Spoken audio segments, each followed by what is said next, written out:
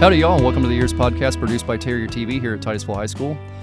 That is Bill. That is Cindy. I am Frank. How's it going, guys? How y'all doing? There we go. I'm doing well. Was that much more positive, Bill? It was, but I'm not really actually doing allergies. I tell you everything's right now, waking up. It a is little bit of heat hit and everything's so waking up. Incredible how much pollen is in the air, and it is, it is wreaking havoc on me. So if the audience hears me cough, that's what it is. It's Have you ever considered stuffing a bumblebee up each side of your nose? What? Like No, stinger out. I have not even considered that. Stinger out, you know what I mean? Silly me. Stinger, not stinger in, stinger out. That way, Well, that makes all the difference. They put all the pollen up in there, and you're just full of pollen off the bat. And like any pollen that tries to get in after them, their little wings, their little wings beat and blow it back out your nose. I don't. Okay. That's the real way you blow your nose, now, Bill. For our audience at home, do not try this. No, do not try that. He is not certified in any kind of medical thing. And I am actually, but not in that. But not in that. Not you in are that. not qualified to give that advice. No. Yes. It was a joke. It was a joke. It was a joke. It was a joke. It's a joke. Don't do it. It's a joke. All right, you guys ready to jump on this today? Yeah, I'm ready. Okay, so today on the podcast, we are blessed to be joined by Hayes Baxley. Hayes, thank you so much for joining us. Yeah, thanks for having me. Don't stick bumblebees up your nose, Hayes. Yeah. In case you were going to, yeah. Yeah, just in case. So me and you met, I want to say, has it been a month and a half, 2 months ago? Maybe even less. I was there, I guess, mid-January, late January. Yeah. Okay, and we were sat down, we were talking one day. I was like, Hayes, you need to come on a podcast and tell people about your career and your career path, because man, you've had an interesting one. So tell us a little bit about you and what you do for a living.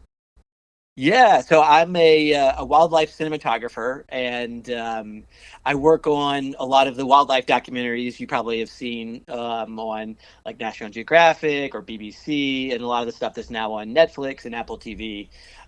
So yeah, I get to travel the world and research different animals and animal behaviors, and then hopefully get to spend long periods of time just waiting and watching the animals and filming these behaviors and working with a whole team that's usually part of a production team who puts the whole story together, and that's what you end up seeing on TV very often.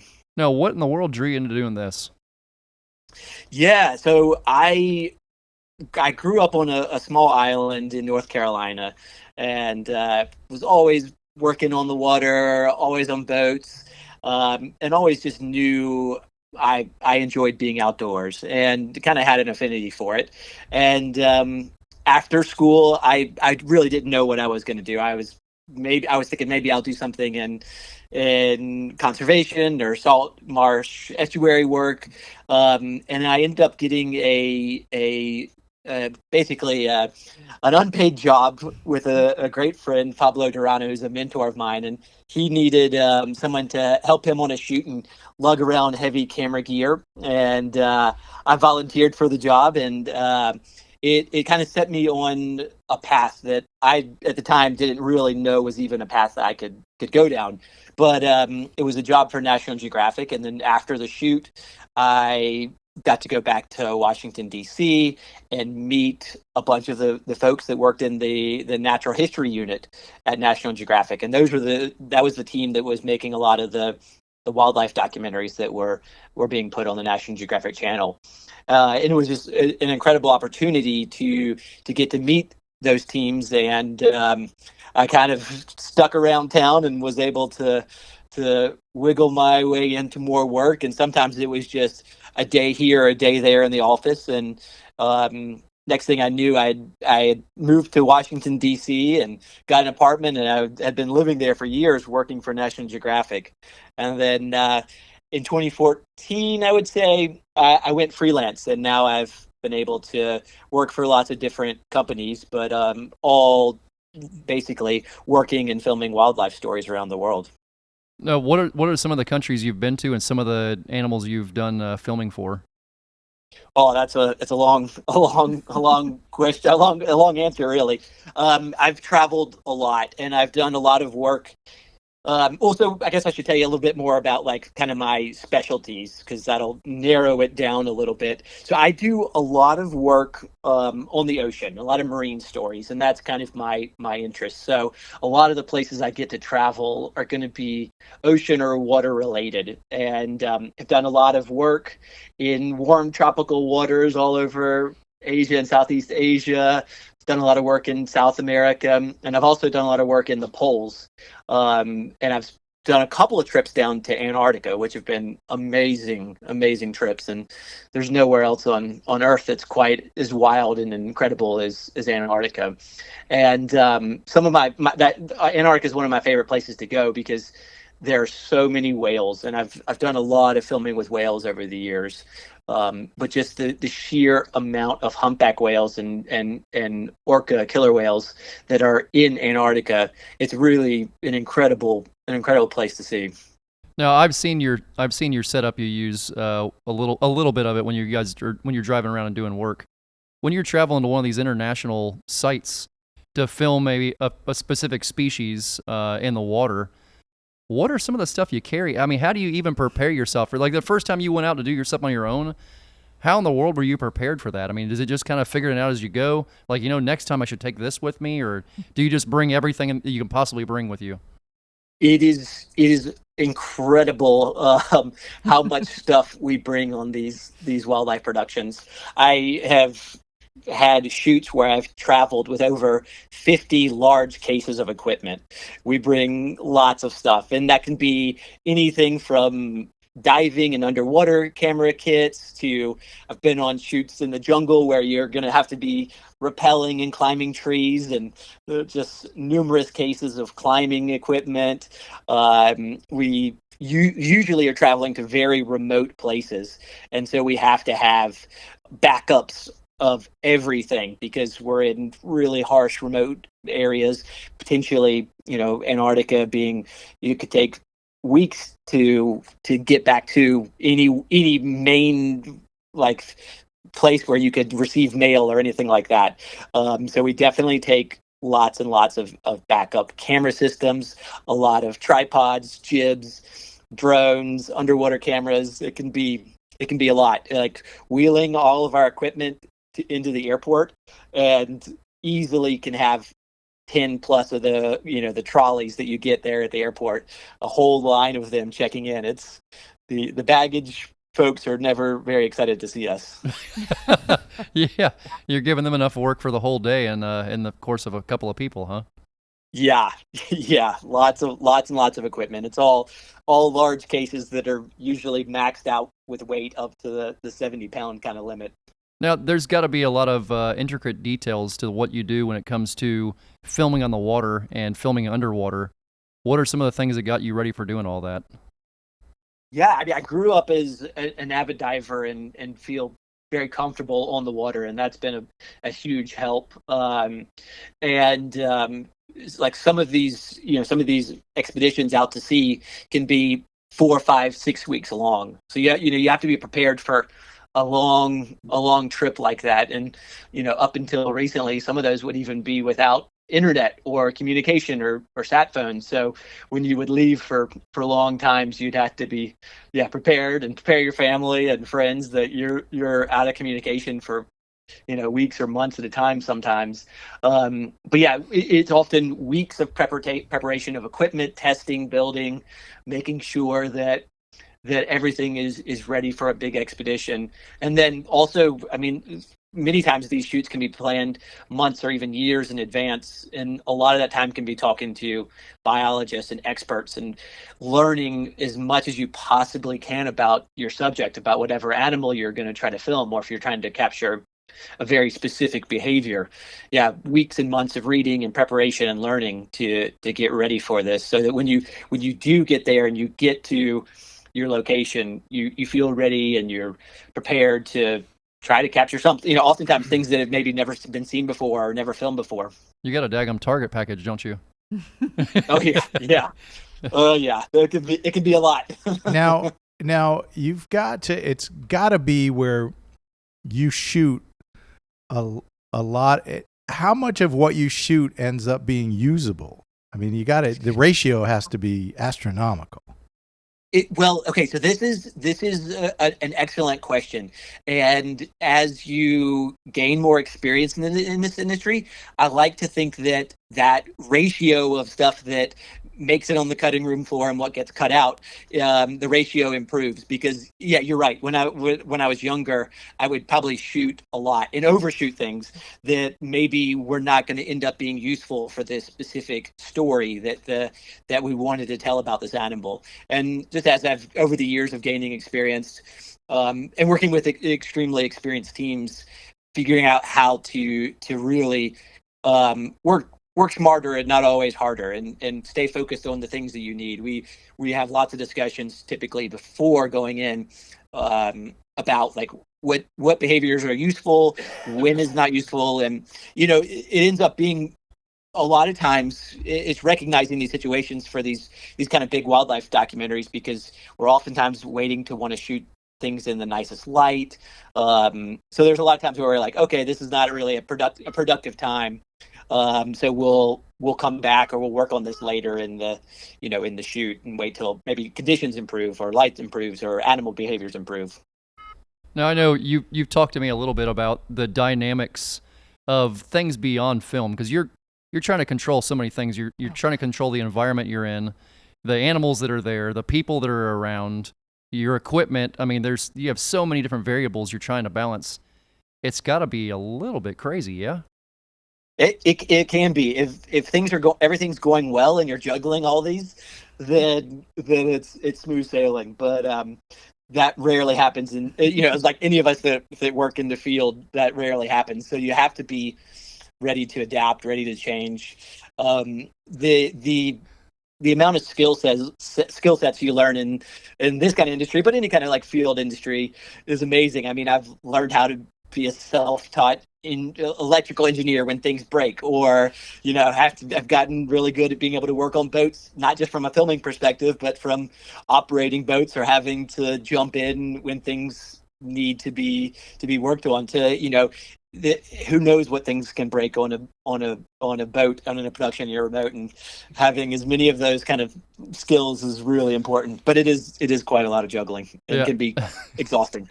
I think about it all the time. When we're out in the field, you're one wrong step away from being one of those hashtag fieldwork fails. You're always like one wrong step or one wrong grab from being one of those people, and it's with all the stuff you're juggling, even more so. It's got to be.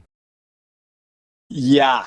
Luckily, with productions, the bigger productions is nice, because we'll have whole teams, and everybody has their roles to play. But yeah, I've done productions like when I was done with you, and I was kind of like there filming for myself, and am trying to manage my camper van and my little boat and all the camera equipment, and then getting up at sunrise and being like in position, finding animals before the first light, and oftentimes staying out till the last bit of light. And then you get back and you're like, wow, all my equipment is completely drenched in salt water.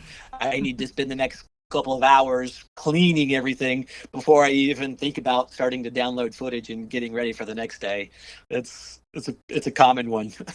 So walk us through a couple of the non-common ones. I know you shared one with me just in passing, but you've got to have days where things go wrong, or like maybe there's a real big challenge, and it must get very, very sketchy sometimes.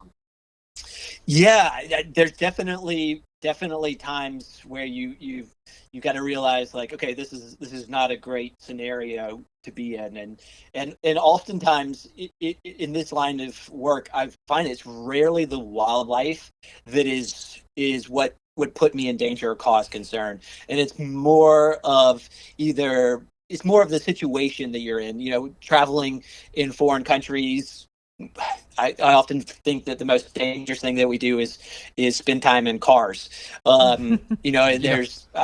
I have numerous close calls with cars that you're like, wow, this was just getting to location was way more dangerous than being in the water, or or filming, or being close to big predators. Yeah, people always think we have dangerous drivers in the United States until you travel internationally and you go, Yeah, we got it pretty easy. People are actually pretty good drivers in the United States in comparison to what it could be. Yeah. Well, and like in your job, I mean, you know, people probably think that your job is incredibly risky, but you've done it so many times and for so long, you can manage those risks. Whereas, yeah, sometimes travel and lots of other cars, you're out of control. You can't manage it. Now, how these remote locations you guys go to, you're battling the environment nonstop, I would imagine. Yeah, pretty often. Like it's like Antarctica, right? If you're in Antarctica and you're trying to film, how in the world do you stay warm enough to get all this stuff done? It just seems like you could pack all the equipment in the world to be warm, and you still. I mean, I'm cold thinking about it. Just trying to wrap my head around how you do that. Yeah, and that is in places like that, you're often there for a long time, and then just kind of waiting for windows where maybe the weather opens up enough for you to work. But this past year, I was down in Antarctica, and I was blown away by how awful the weather's was, and I've been down there 3 other times, and this area where we were was super remote, and our captain, who had been working in Antarctica his entire life, said it was some of the worst weather that he's ever seen. But we were on probably a 60, 70 foot boat, so not a big boat, and we were constantly, regularly, like for weeks, experiencing 100-mile-per-hour winds and 20-foot seas. So you can imagine moly. this is we're in Antarctica. It's well below zero, and it's essentially a hurricane outside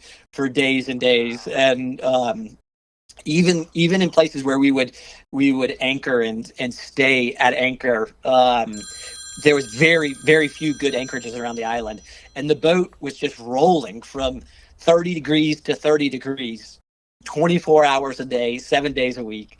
You know, you're like, you're uncomfortable all the time. Yeah, It was rough weather. I just that's a lot to try to wrap your head around. Okay, so we have a lot of kids, a lot of families that listen to this program. I know there's a lot of families that they want to. There's people that want to eventually be able to do what you do for a living. Like that's a dream. Where in the world would you start? I mean, you told us your start was just kind of, you happen to be in the right place at the right time. What would you, if someone was actually out there looking for it, what would you suggest? Yeah, that's a really good question. Everybody has a different path into this industry. I'm amazed by the people that I meet in this industry, with such a variety of backgrounds. It usually comes down to passion and interest in what kind of, drives you into this kind of a career. There's not necessarily a set path that you can go and do to get into this industry, because it's a really small industry. All of my jobs are kind of like word of mouth, and most of the work, or a lot of the work, in the TV documentary space comes out of Bristol in England, and that's where BBC headquarters and BBC Natural History Unit and a lot of other companies that are creating a lot of this wildlife documentary programming are based. And so, it can be really tricky to find a way in with these companies when things are so far away. But the most important thing is to get out there and film wildlife in your backyard. Get out there and start making stuff. You're just going to have to go out there and make stuff, and that's how you get better at a lot of these things. And I oftentimes, some of my most favorite things to film are right here where I am in the mountains of North Carolina, and I love getting out and spending time walking in my streams not far from my house and filming the native brook trout that we have in our streams, or hellbender salamanders, or all kinds of different fish species that inhabit the western North Carolina mountains that people may never see. There's amazing wildlife stories everywhere, and a lot of it just takes getting online, researching, reading papers, talking to people. You'll learn amazing animal stories right in your backyard, no matter where you live. You have had an amazingly accomplished career. You have done all the things. over the years, what are the stories that have stuck with you most and been the most impactful on you? A lot of stuff that is stuck with me is definitely in the Arctic and Antarctic, because it's changing so quickly. So from an environmental perspective, that's a huge one. Living here on the East Coast of the U.S., this past month, I was down working with Frank, and we were exploring all over Merritt Island and Indian River Lagoon. And I'll tell you what, that place and that story of the area that you all live will stick with me for a long time, and has inspired me. I mean, I'm sure for you guys who live there, it's you see how places change, and in the natural world, not always places are not always changing for the better with human development. But from my perspective, and being the first time going to Merritt Island and Indian River Lagoon and New Smyrna and all that area, I was really amazed and impressed with how many migratory bird species you guys had moving through there. It felt to me like it's a really important place for so many animals, and it's important that it's been protected, and it's a large, vast area, that whole Merritt Island National Wildlife Refuge. That one is one that will certainly stick with me for a long time, because I would love to see, even in my home state, more places like that where migratory bird species can stop over and have vast refuges to stop and feed and continue their migrations. And yeah, I found your backyard like very inspiring, and I say that getting to travel all over the world and seeing many places where that kind of a place is shrinking very quickly, but it was nice to be there. So I would like for you to search the files and tell me, is there a shot that you had where everything fell into place and it just blew you away, that it all worked?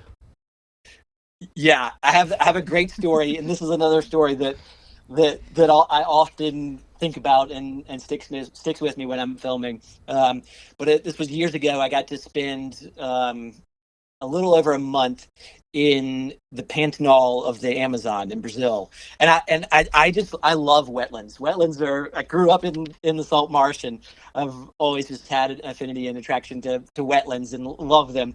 So to get to work in the Pantanal, in the biggest wetlands in the world, was a dream come true. And we were down there. One of the stories that we were filming was with the jaguars, the big jaguars that you may have seen some footage and some shots of this before, where they jump on the caiman and they hunt caiman and they drag them out of the river, and bring them up on the bank, and it's just an amazing thing to see. And so I was down there, and that predation shot is what everybody wants to see. It's just incredible, and we spent weeks and weeks, and you get to know the mothers, so you get to know a lot of the female jaguars, because we were kind of telling a story about mother and the cubs, and you get to know them, and so you, over weeks of watching them, you kind of recognize who they are. So okay, this animal hasn't had a successful kill in a while, like she's gotta hunt something. And we just weren't able to get a hunt on camera, and weeks went by, and just stress is building, and it's feeling more and more challenging, like this may never happen. And then it was probably day 27, close to our last day.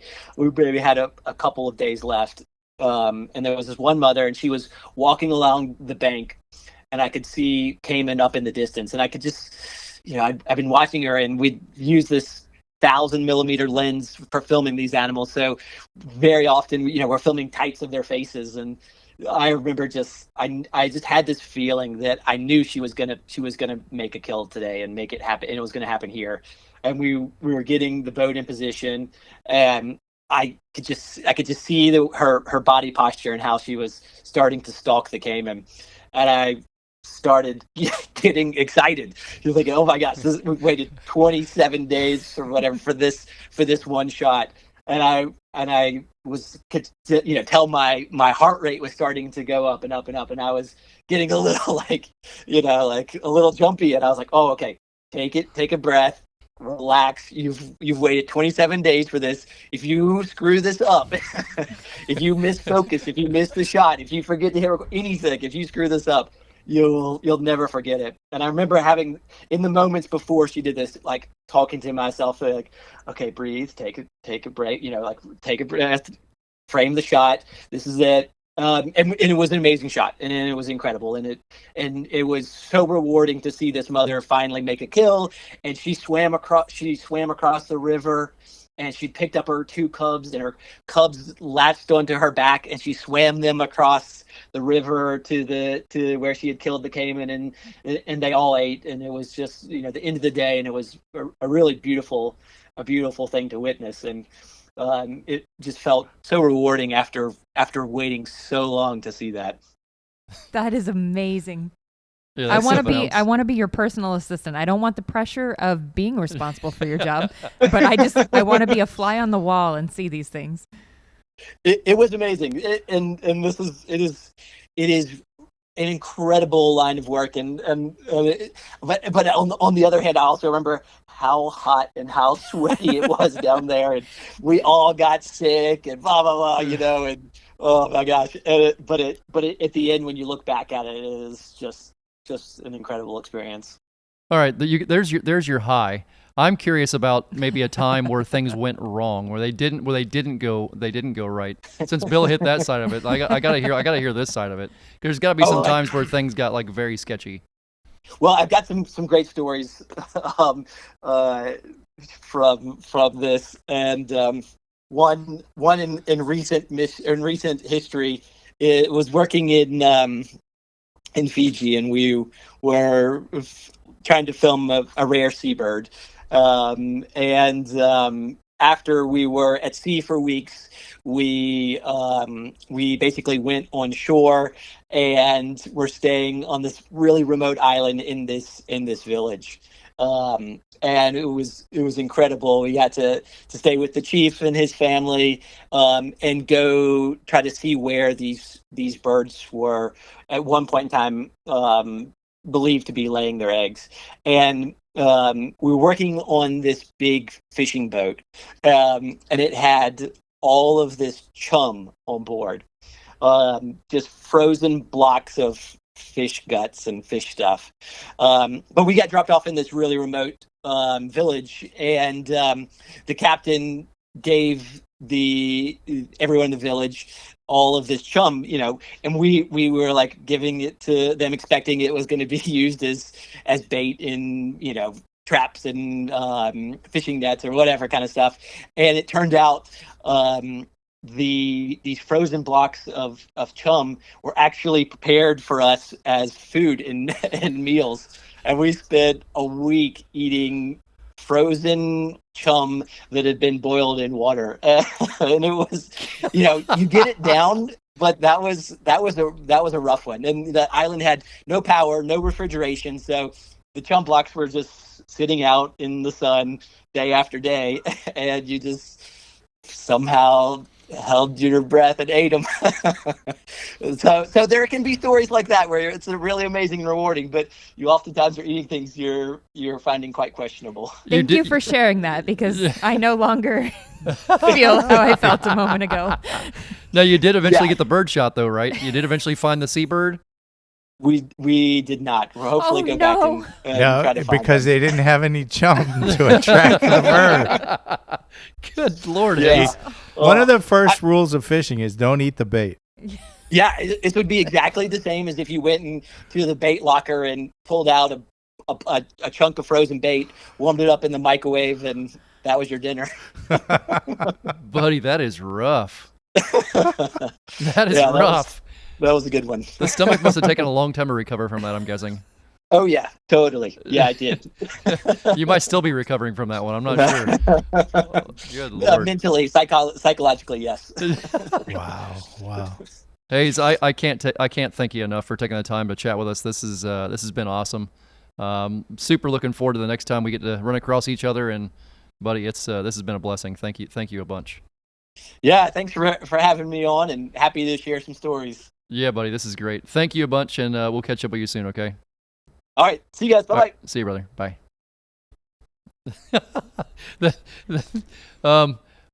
Wow. What a cool life he has led. Oh my goodness, yes. Yeah, what a cool life he has led. That's just cool. Yeah. It makes me so proud that all the places he's been, everything he's seen, our home is to him one of the most special. I think we forget that living here, how truly unique we have it here, and people take it for granted. Yeah. There's no doubt about it that people take for granted what is in our backyard. It's a good reminder that what we have is worth protecting. It is. It is. There's not enough people that are standing up for it. You know what I mean? We just heard a perfect example of that with our past guest with the Surfrider Foundation. Yeah. You have an army of people that are doing that. There are groups of us out there that are trying to make a difference, but I feel like there could be more because people just don't think about what's in our backyard. What's right there is something extremely special. We have things here that are found almost nowhere else in the world. It's one of the most biodiverse communities on the planet. It is right here. It's the most biodiverse community in the United States right here. One of the most on the planet, without a doubt. Mm-hmm. And it's neat when you get people from other places that see it and go, man, what you all got going on here is something else. And I can't wait to see what he puts together with all the stuff he's working on. All right, you guys ready? Yep. All right, y'all. Thank you for tuning in to the EEARSS podcast produced by Terrier TV here at Titusville High School. If you'd like to learn more about EEARSS, you can go over to EEARSS.org or .com or alligatorrobb.com. We have an event coming up in May, on May 23rd in Cocoa Village called the Ears of the Environment Eco Fest. If you'd like to learn more about that, you can also check it out at the website. We have a couple amazing artists coming in to perform, Molly Levette and Joe Lasher. It's going to be an awesome evening. Come down, check it out, and we will hope to see you there. Catch you all next week. Bye-bye.